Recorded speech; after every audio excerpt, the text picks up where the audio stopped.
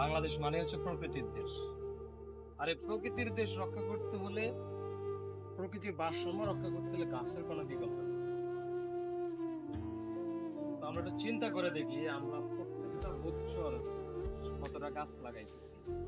প্রত্যেকটা বনে, জঙ্গলে, বাড়িতে, আঙ্গিনায়, বিভিন্ন জায়গায় গাছ শুধু কাটানো।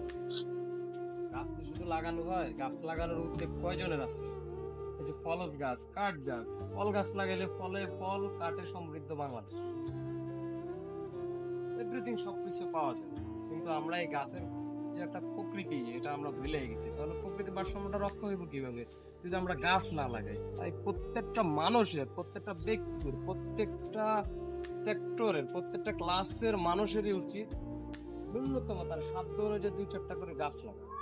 গাছ যদি না থাকে আমরা অক্সিজেন পাবো করতে? গাছ যদি না থাকে, এই যে 45 ডিগ্রি সেলসিয়াস, 46 ডিগ্রি সেলসিয়াস, এই তাপমাত্রাটা নিয়ন্ত্রণ হইব কিভাবে? কিন্তু আমরা তো দেখা গেছে ওগুলো অনুভব করি, অনুভব করলেও আমরা এগুলো এড়িয়ে চলি।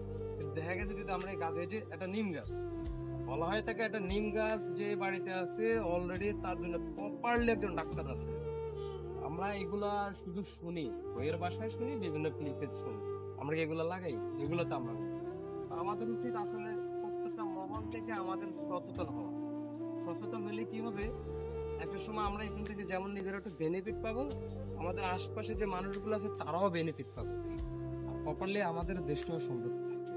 গাছ তো দেখা গেছে একটা প্রকৃতি, এটাকে রক্ষা করার দায়িত্ব আমাদের সবারই। একা তো কারো দায়িত্ব না, এটা সবারই আমাদের দায়িত্ব। এই যে এভাবে যদি নার্সারিতে আসা হয়, প্রত্যেকটা সময়ে দেখা যায় এই যে ফুল গাছ, যে যেটার প্রতি, যার যেটার প্রতি আকৃষ্ট হয়, একটু প্রেম, যে যেটাতে উপলব্ধ, এই গাছগুলো লাগানো যায়। কিন্তু আমরা ছেড়া দিচ্ছি, আমরা ছেড়া দিচ্ছি কেন? আমরা বিভিন্ন ব্যস্ততা দেখাই। অত ব্যস্ততার মাধ্যমে দেখা গেছে আমাদের টুকটাক এই গাছ গাছালি নিয়ে, এগুলো নিয়ে কাজ করা উচিত। প্রত্যেকটা মহলে কাজ করা উচিত। যাই হোক, আমার এই ছোট্ট একটা ভিডিও থেকে যদি কেউ যদি উপকৃত হন, উৎসাহিত হন, তাহলে এটাই হলো মূল কাজ। কথা বলার জন্য তো না।